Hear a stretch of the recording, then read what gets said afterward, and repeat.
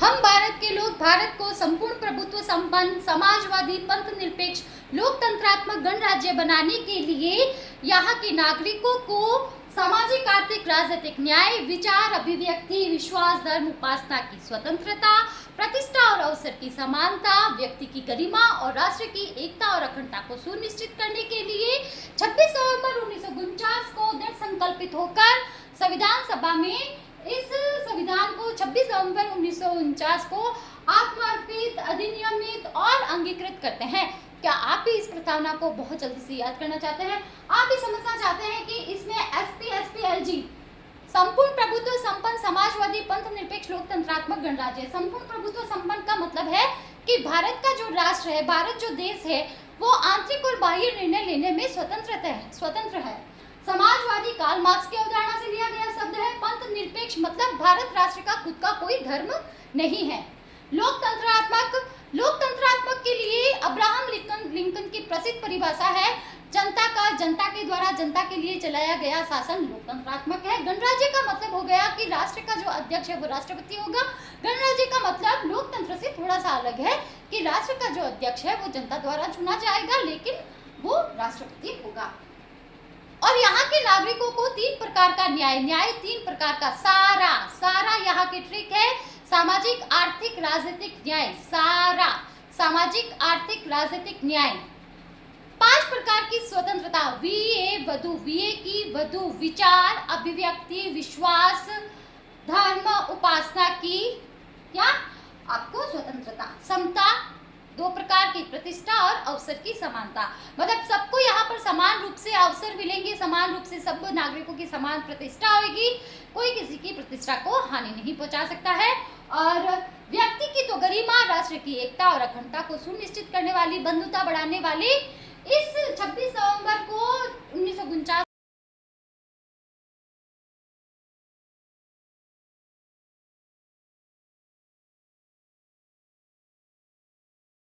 People of India, हम भारत के लोग भारत को संपूर्ण प्रभुत्व संपन्न समाजवादी पंथ निरपेक्ष लोकतंत्रात्मक गणराज्य बनाने के लिए तथा इसके समस्त नागरिकों को न्याय 3 प्रकार का सामाजिक आर्थिक राजनीतिक न्याय। संविधान की प्रस्तावना में 3 प्रकार के न्याय की बात है। सामाजिक आर्थिक राजनीतिक न्याय, स्वतंत्रता 5 प्रकार की, विचार अभिव्यक्ति विश्वास धर्म और उपासना की स्वतंत्रता। नागरिकों को 3 प्रकार का न्याय 5 प्रकार की स्वतंत्रता। समानता, कैसी समानता? प्रतिष्ठा और अवसर की समानता। राष्ट्र की एकता और अखंडता को सुनिश्चित करने वाली बंधुता को बढ़ाने के लिए दृढ़ संकल्प होकर अपनी संविधान सभा में आज दिनांक 26 नवंबर 1949 को एतद द्वारा इस संविधान सभा को अंगीकृत अधिनियमित आत्मार्पित और समर्पित करते हैं। ये जो भारतीय संविधान की सभा है, भारतीय संविधान की जो प्रस्तावना है दोस्तों, इसमें से फर्स्ट ग्रेड हो चाहे RPSC सेकंड ग्रेड हो चाहे वो किसी भी जनरल एग्जाम में हो, बहुत प्रश्न पूछे जाते हैं। मैंने भी अपनी तैयारी में इसको तैयार किया था। आज इस प्रस्तावना को, क्योंकि कुछ चीज़ें मुझे बहुत एक्साइटेड करती है और इस प्रस्तावना को मैंने बहुत अच्छे से याद किया था, समझा था, नोट्स बनाए थे, इसके क्विक नोट्स बनाए थे। इसके मैंने इतने क्विक नोट्स बनाए थे, उन नोट्स को, जो बुक्स को, उनको पढ़कर, और सबसे बड़ी बात, इन नोट्स को मैंने बनाया है खान सर के YouTube वाले चैनल से, जहाँ से मैंने YouTube के बाद में मैंने उनका 50 रुपये में, मात्र 50 रुपये में उनका कोर्स परचेज किया था। और उसमें इंडियन पॉलिटी को जब मैंने 2016 में फर्स्ट ग्रेड की तैयारी की थी, तब मैंने वो पूरा कंटेंट अच्छे से देखा था। इसी कंटेंट को तैयार करके जो ट्रिकी वे में मैंने प्रस्तावना को तैयार किया है, सिंपल रूप से पूछे जाते हैं समानता कितनी बताई गई है, स्वतंत्रता कितने प्रकार के न्याय की बात की गई है, कौन सा शब्द फ्रांस से लिया गया है और कौन सा शब्द मूल प्रस्तावना में बाद में जोड़े गए, और संविधान और विधि दिवस कब मनाया जाता, किस तारीख को किस कारण से मनाया जाता है, ये सारा कंटेंट प्रस्तावना में क्या चेंज हो सकता है, हुआ है तो कब हुआ है, किस में हुआ, बेरी बेरी केस कह दो चाहे केशवानंद भारती बनाम विवाद कह दो, तो ये जो सारा कंटेंट जिनमें परीक्षाओं में बार बार प्रश्न पूछे जा रहे हैं, उनको सिर्फ इस छोटी सी क्लास में देख लो, आपके सारे डाउट्स क्लियर है, ट्रिकी वे में है। इसके बाद में प्रस्तावना आप कभी नहीं भूलोगे। तो ट्रिकी वे में आज हम प्रस्तावना करते हैं संविधान। संविधान की प्रस्तावना। प्रस्तावना शुरू होती है we the people of India, हम भारत के लोग। मतलब कि प्रस्तावना के मूल में कौन छुपे हैं? भारत की जनता, भारत के लोग। हम भारत के लोग भारत को क्या बनाना चाहते हैं, इसका स्वरूप क्या बनाना चाहते हैं, इसका स्वरूप बताया है। भारत के स्वरूप को SPSPLG, ट्रिक याद कीजिए, SPSPLG। पहले SP का मतलब है संपूर्ण प्रभुत्व संपन्न, दूसरे SP का मतलब है समाजवादी पंथ निरपेक्ष, LG का मतलब है लोकतंत्रात्मक गणराज्य। इनका भी अपनी शब्दावली का पूरा अर्थ है, जो मैंने समझा है मैं यहाँ आपको समझाती हूँ। संपूर्ण प्रभुत्व संपन्न, संपूर्ण प्रभुत्व संपन्न का मतलब है कि भारत है अपने आंतरिक और बाह्य निर्णय लेने में स्वतंत्र है। मतलब भारत के अंदर, भारत को ये पावर है, भारत अब एक इंडिपेंडेंट कंट्री है, भारत एक स्वतंत्र देश है। तो भारत अब संपूर्ण प्रभुत्व संपन्न है, मीन्स वो आंतरिक और बाह्य कोई भी अपनी सीमाओं से, चाहे विवाद से संबंधित कोई निर्णय है या किसी और प्रकार का निर्णय है, उसमें वो निर्णय लेने में स्वतंत्र है। संपूर्ण प्रभुत्व संपन्न। समाजवादी पंथ निरपेक्ष, समाजवाद जो शब्द है वो कार्ल मार्क्स की अवधारणा से लिया गया है, जिसका मतलब है कि हम कम्युनिटी में रहते हैं।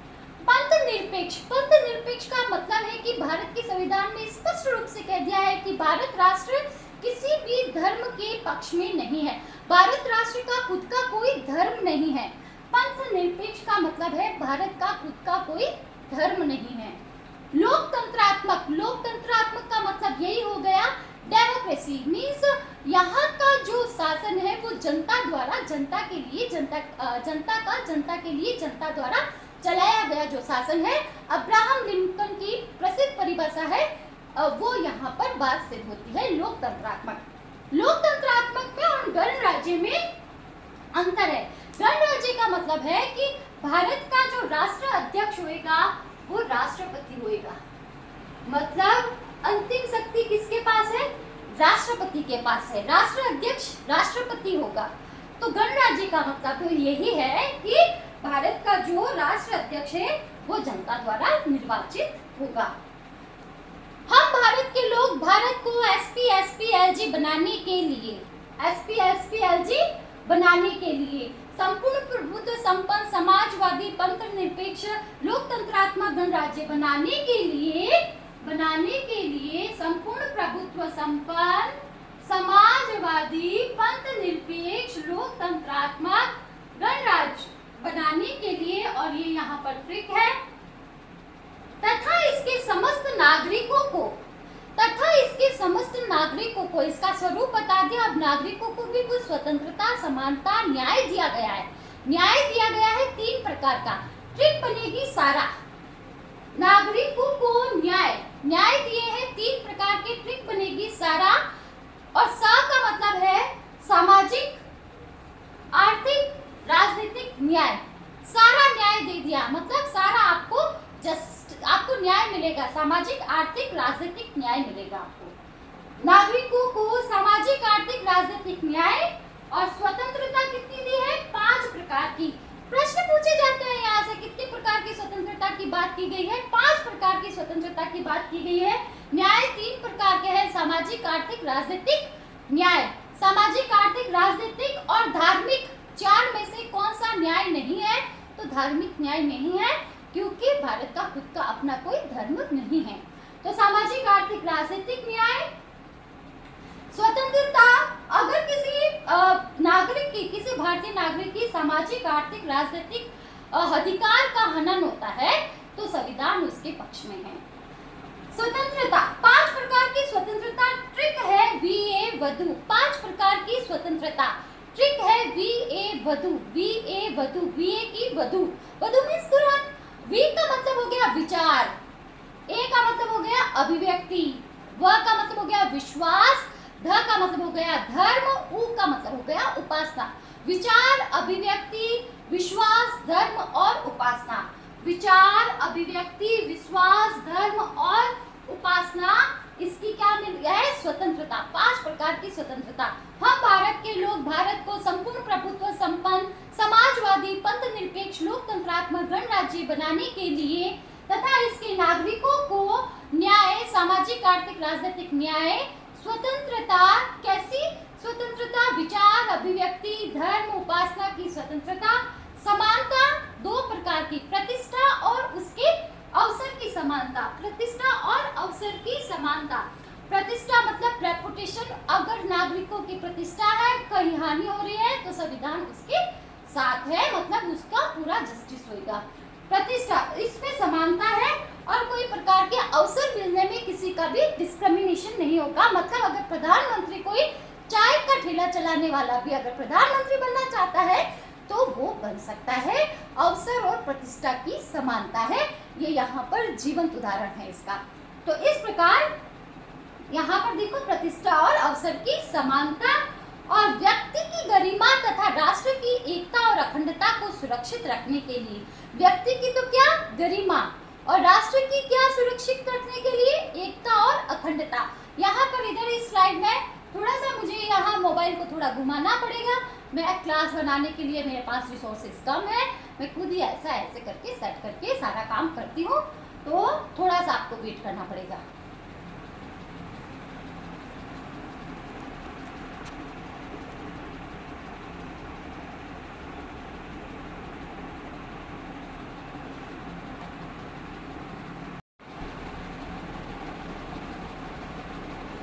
तो संविधान की प्रस्तावना, हम भारत के लोग भारत को संपूर्ण प्रभुत्व संपन्न, समाजवादी, पंथ निरपेक्ष, लोकतंत्रात्मक गणराज्य बनाने के लिए इसके समस्त नागरिकों को 3 प्रकार का न्याय, सामाजिक, आर्थिक, राजनीतिक न्याय, 5 प्रकार की स्वतंत्रता, वधु, विचार, अभिव्यक्ति, विश्वास, धर्म और उपासना की स्वतंत्रता और समानता, 2 प्रकार की प्रतिष्ठा और अवसर की समानता प्रदान करते हैं।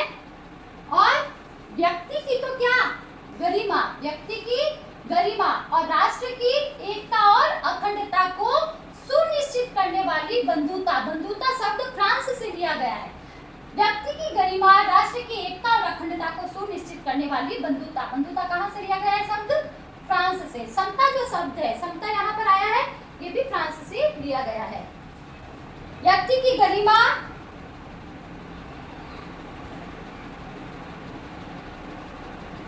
और राष्ट्र की एकता और अखंडता को सुनिश्चित करने वाली बंधुता बढ़ाने के लिए दृढ़ संकल्प होकर अपनी संविधान सभा में आज 26 नवंबर 1949 को एकता द्वारा इस संविधान को अंगीकृत, अधिनियमित, आत्मर्पित करते हैं। अंगीकृत, अधिनियमित, आत्मर्पित करते हैं। अंगीकृत, अधिनियमित, आत्मर्पित करते हैं। कब? 26 नवंबर 1949 को। 26 नवंबर जो तारीख है वो 2015 में विधि दिवस के नाम से घोषित हुई। कब हुई? 2015 में 26 विधि दिवस की घोषणा 2015 में शुरू हुई थी। 26 नवंबर को विधि दिवस मनाया जाता है। 2015 से पहले विधि दिवस कभी नहीं मनाया गया था। विधि का मतलब है हमारे देश का कानून लागू हुआ था, हमारे देश का न्याय लागू हुआ था, हमारे देश का संविधान इसी दिन ऑफिशियली रूप से लागू हुआ था। और पब्लिकली कब हुआ था? 26 नवंबर को, आप सभी को पता है। तो 26 नवंबर 1949 को 2015 को विधि दिवस कब से मनाया जाने लगा? 2015 से। बहुत बार प्रश्न पूछा गया है। अब इस प्रकार से हमने यहाँ पर राष्ट्र की एकता और अखंडता को, व्यक्ति की तो गरिमा, राष्ट्र की एकता और अखंडता को सुनिश्चित करने वाली बंधुता को बढ़ाने के लिए दृढ़ संकल्पित होकर एकता द्वारा संविधान सभा में आज 26 नवंबर 1949 को संविधान, ये जो संविधान है उसको आत्मर्पित, अंगीकृत और अधिनियमित करते हैं। तो इस प्रकार ये तो हुई संविधान की विशेषता। अब यहाँ पर कुछ आपको टॉपिक्स समझने जरूरी है, कुछ आपको बात समझनी जरूरी है। वो ये है कि स्वतंत्रता, समता और बंधुता सब ये किससे लिए गए हैं? फ्रांस से। स्वतंत्रता, समता और बंधुता बंधुता, ये शब्द किससे लिए गए हैं? फ्रांस से लिए गए हैं। और पंथ निरपेक्षता, अखंडता, PAS,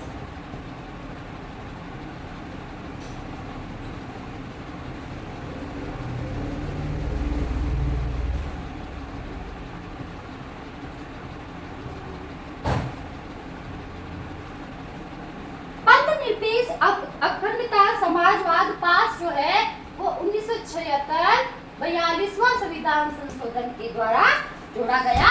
ये एकमात्र संविधान में क्या हुआ था?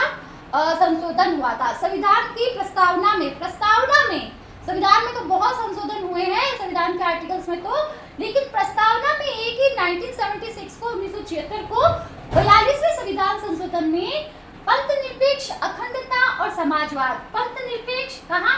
ये रहा, पंथ निरपेक्ष अखंडता, पंथ निरपेक्ष अखंडता और समाजवाद, ये तीन शब्द कब जोड़े गए थे? 1976 42वें संविधान संशोधन के दौरान प्रस्तावना में एकमात्र इसमें जोड़ा गया था। सुप्रीम कोर्ट संविधान का रक्षक है। संविधान का रक्षक कौन है? रक्षक सुप्रीम कोर्ट संविधान का रक्षक हो गया। और संसद किसी भी भाग में बदलाव कर सकती है, प्रस्तावना में भी कर सकती है, लेकिन मूलभूत स्ट्रक्चर में नहीं कर सकती है। और बैरूबरी बनाम केस में प्रस्तावना में परिवर्तन नहीं हुआ था और केशवानंद भारती बनाम प्रस्तावना में परिवर्तन हुआ था। ऐसे ही फैक्ट्स के साथ इस फैक्ट्स को, ये जो मैं केशवानंद है, इसको मैं और विस्तार से समझा सकती हूँ, लेकिन अगर आपने मेरी इस वीडियो पर आपने प्रतिक्रियाएं दी, आपने कमेंट्स दिए, आपने लाइक किया, आपने शेयर किया, तो ही मैं आगे इंडियन पॉलिटी जो मुझे आ रहा है, जो मेरे पास ऐसे नोट्स हैं, अगर मैं उसको तभी एक्सप्लेन करूंगी जब आप मेरे को मोटिवेट करेंगे। वरना ये मेरा एक डेमो क्लास थी आप लोगों के सामने। अगर आप चाहते हैं कि इंडियन पॉलिटी की ऐसी क्लास, ऐसी ट्रिक, ऐसी पूरा का पूरा कंटेंट, प्रस्तावना जिसमें संसदीय शासन प्रणाली, राष्ट्रपति और मूल अधिकार को ट्रिक से कैसे याद करना, मूल अधिकार को और नीति निदेशक तत्व को, और हमारे फंडामेंटल ड्यूटीज, हमारे मूल कर्तव्य जो है उसको कैसे हम क्रम से याद कर सकते हैं, कैसे दिमाग में रख सकते हैं, क्योंकि क्वेश्चन ऐसे ही पूछा जाता है। मूल कर्तव्य दे दिए, इनको सीक्वेंस में डालो, या फिर कौन सा मूल कर्तव्य इससे जुड़ा हुआ नहीं है, या फिर कौन सा मूल कर्तव्य किससे कितना नंबर पर है। इस तरीके के प्रश्न विभिन्न परीक्षाओं में पूछे गए हैं। मैं आपकी पूरी तरीके से मदद कर सकती हूँ अगर आप मुझे साथ दें। अगर आपको सच में पसंद आ रहा है ये वीडियो, तो आप लाइक करें, शेयर करें, कमेंट करें, सब्सक्राइब करें चैनल को, तभी आगे ऐसे वीडियोस आपको मिलेंगे। Thank you so much.